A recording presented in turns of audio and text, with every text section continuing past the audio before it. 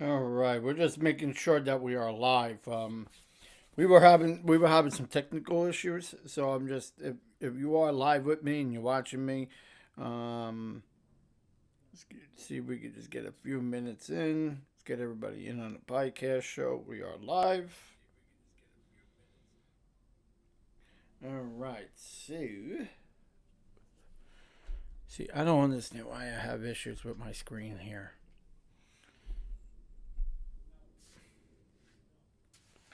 I do apologize if you guys are getting some audio issues. We were having some audio issues earlier on our broadcast. We were doing radio. If you guys didn't listen to us on Podbean, we will be having a tomorrow show. I'll be going live on the 8 o'clock hour, and then I'll be going live on the 2 o'clock hour. So we have a lot of segments that we're going to be covering there on Podbeam. We're going to be live on iHeartRadio also as well. So if you guys are checking out our shows, just to let everybody know that we are going to be broadcasting on iHeartRadio tomorrow, and we're going to be on. I'm going to be doing a segment on the fans. I will be a guest caller, so you guys will be able to hear it. I don't know when they're going to be doing it, but um, we should know a little bit. I should know a little bit more tonight on it. So I'm going to keep everybody updated. First of all, welcome. You're on the MetsXMFanZone live podcast. We are giving you guys all of your New York Mets live streams, news feeds, and much, much more. We do go live on Mondays, Wednesdays, and Fridays at 6:30. We are going to be going live on a podcast on our podcast at 12:30 showing. We are working around the clock and getting our 8 o'clock show. Kind of depends on the games that are going to be played throughout the week. So hopefully we will know a little bit more. If there's like no games, then we'll go live on them. If they're not, then we won't go live on the 8 o'clock hour. We'll stick with the 6:30 hour. First of all, and again, we're kind of like working on the time frames because I know a lot of people that like the show that never get a chance to see on the show. They're always commenting and writing in and whatnot. So we're trying to work on everybody's scheduling, and I do apologize for the any inconvenience that everybody's been having to see our shows daily. Um, Also, to let you guys, I want to give you guys some big breaking news with MetsXM Fan Zone. If you are a member of the MetsXM Fan Zone community, we will be having a live stream on our website, which we'll have spring training on there for you guys, and we're going to have regular games. We are going to be having a Roku channel coming in towards the end of February, going into March. What's the deal in regards to the subscriptions on that? So if you are gonna subscribe to it, it is $2.99 on the Roku. On our website, it will be $6.99. For our weekly games, our monthly games will be at $14.99, and our yearly will be at $99. So a lot of everybody's been asking, what's the difference between the plans? But the plans are pretty simple. It's just weekly, monthly, and yearly. But with them, there is a difference now. So we do have a difference in between each plan. The $6.99 will be through our website. Our $14 will be through website and Roku. Our yearly will be all three. So you're kind of like getting it all in one. But however, with the weekly, you do get a I'm sorry, not with the weekly. With the yearly, you'll get a jersey, and you'll also get free tickets through us. So if you do get the yearly package, you'll get a jersey of your choosing, and you'll also get tick a future Met tickets if you sign up for our yearly package, which is pretty common. No one really does the yearly, but it's there an option for anybody that wants it. Also, just to let you guys know, live streams are on our website. So if you are a frequent subscriber, you'll be able to see our shows daily, and you'll be able to listen to our shows daily. So that kind of like gives a really good benefit to all of our members that watch the shows. So again, thank you guys for watching it right here on our social media platforms. We are live on Instagram, Twitter. We're live on Facebook. We're live on all platforms. So you'll be able to see our shows and YouTube. So we do go live on Instagram, Twitter, YouTube, and Facebook. So we go live on every one of them. So let's get into the news because I know that's what you're here for. Let's get right into it. So first of all, the first news story of today's game, of today, is the Mets have indicated that they will be exercising Omar Narvaez's contract. Now, what's the deal that's been going on here? We are been hearing that there has been trades being followed here and trade fanciness. So what I mean by that is that they're looking to get something in a deal package with Narvaez. They're looking to trade him and maybe either release him. I don't think the Mets are going to release him because we haven't heard any official wording yet on that. But as of what we know right now, that the trade could possibly go on. What I'm hearing is that it could be through a first baseman or a reliever with the White Sox. I was actually talking to an agent earlier today, and I said, "Do we got any official news yet on a plan to go with the White Sox?" Because there has been quite a few players on the White Sox that I find that the Mets could really benefit out of it. But I mean, so far we haven't really heard anything official. So I mean, there has been speculation that Omar Narvaez could be traded, but we're hearing it could be with with the Brewers. So we could get something in place with Narvaez to the Brewers in some sort of compassion. I just don't, to me, in my opinion, I mean, I don't see Narvaez going anywhere just right now. We need to be able to see some sort of engagement with a trade there. With Milwaukee. I don't feel that, if they are gonna trade Narvaez to Milwaukee, you better get me somebody really good in Milwaukee. I mean, Milwaukee has been developing their franchise for quite some time and we do know that he has been there for quite a while. Our guy, so David Stern. So I mean, we need to be able to get something in place. So I just don't see anything happening there. So I mean, if we're gonna go out and get prospects or whatnot, but again, no official wording in that regard. Then moving on to our second news bulletin for today. The Mets claimed earlier today, which was at like around 2:33 o'clock, they claimed Diego Castillo. Now, a lot of you guys might not know who he is. He was waived from the Diamondbacks earlier today. The Mets made this move with Londres Gurriel Jr. This was an actual official made. The Mets, he is going to be claimed on the Mets 40-man roster and was dealing with Harrison Bader. So this was a deal that kind of went through. Now, also, I kind of talked about it a little bit yesterday on Harrison Bader on if that was actually a good move, which I will get into a second. Going into our next bulletin story, that could this be? A lot of people don't like certain moves that the Mets are making, which, in my opinion, it's just to fill roster. It's that's all it is. I don't think they're trying to make moves that are terrible. I just think they're just looking to fill up some roster. There are guys that have been banged up in the moves that the Mets have been making. But I mean, I like this move in particular because Diego Castillo, which I was looking at his stats, and I want people to hear what he has here. Now, in his last couple of years, We know that he was batting at 250.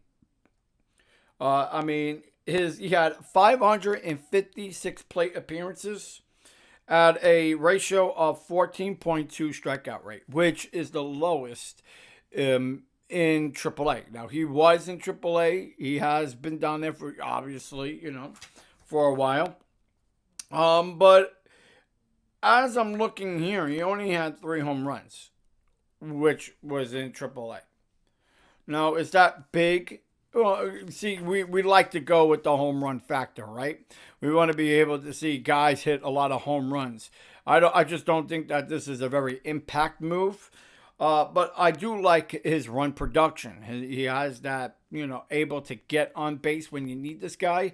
Again, a AAA move, I don't think it's big, very big, impactful. But the one move that I find that was very, very impactful was the Harrison Bader move. Now,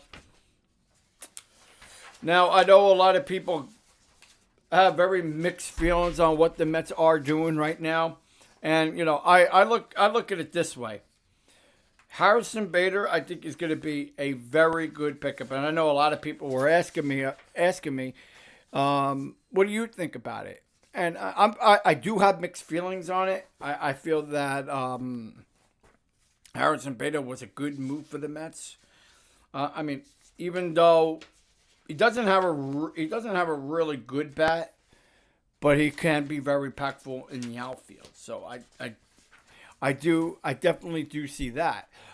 He does bat when he does get on at like 222, something that goes to what Pete Alonso has. So if I had to really go with a guy that's gonna either give me some good offense, or would you really want a guy that could give you really good defense? Now, I would like to see a guy have good defense. I'm not so worried because I know the Mets do have a lot of hitting, and they work with a lot of hitting. So, having that really good, strong lineup with having Alvarez in that lineup, having, Vientos in that lineup, having Pete Alonso, having Brandon Nimmo in that lineup, which I think Nimmo's going to come down in the lineup this year. And why I say that is that I think you're going to see McNeil batting first.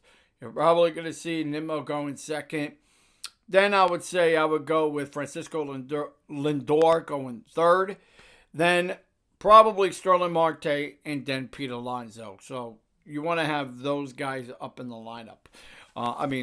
Even though we got a lot of lefty, righty, right, you got a lot of righties and lefties. I want to see a really good, strong, solid lineup. So, we have really good we have really good hitting.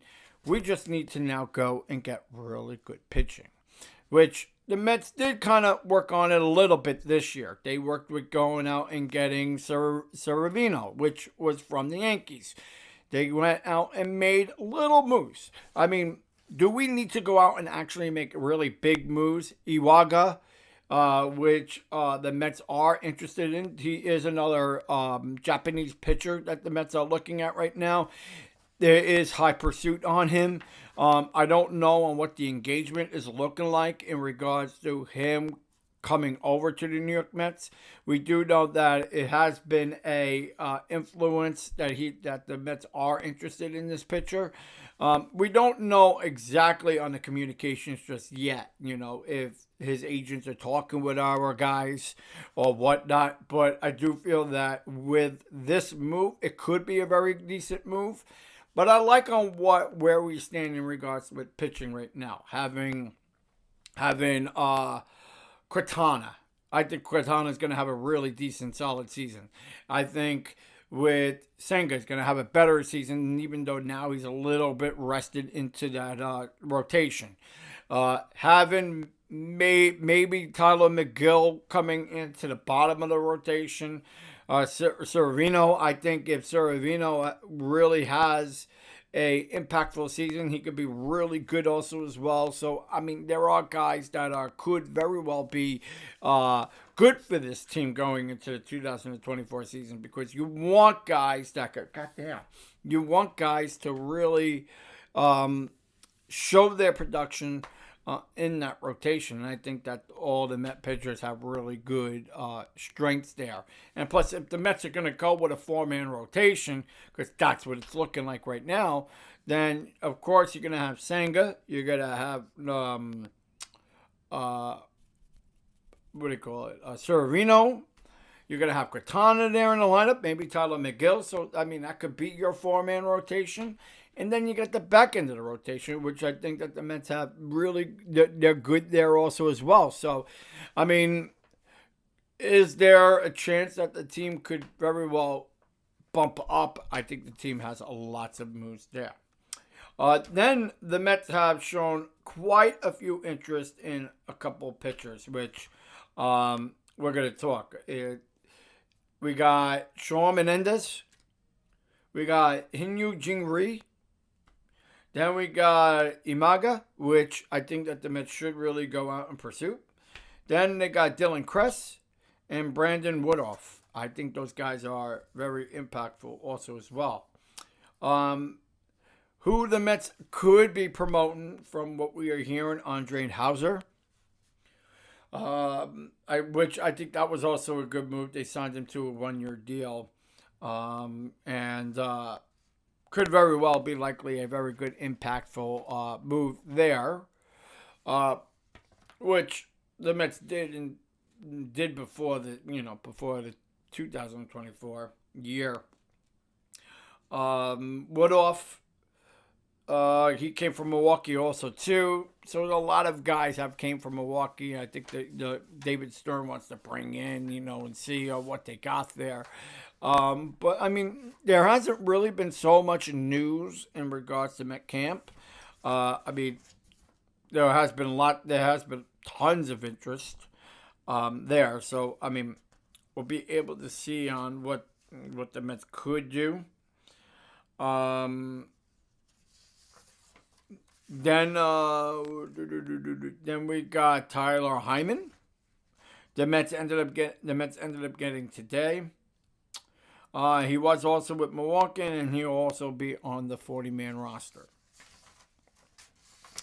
Then, going on to our other story. So going into the other story with Pete Alonso, and a lot of you guys have been asking questions on the Alonso. What's the moves there? So far what we are hearing that Pete Alonso could very well be looking at a contract extension towards the end of the season.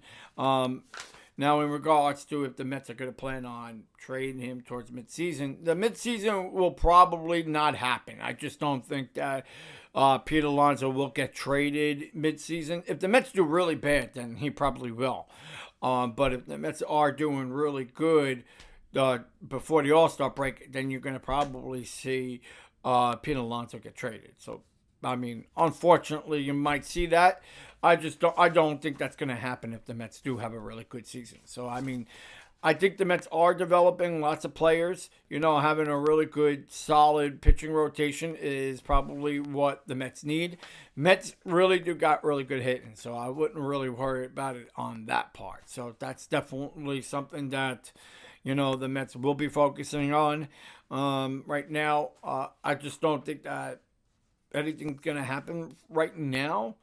I do think that going towards February, you might hear some news on the Jordan Montgomery camp. So hopefully we'll know something a little bit there as the weeks go on. So that's my reporting for today's live podcast. Now, if you guys have any questions, please feel free to comment in the comment section down below. We're willing to take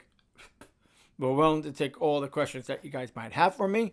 And we are here to give you all of your New York Mets news right here on the MetsXMFanZone live podcast. I am Anthony G.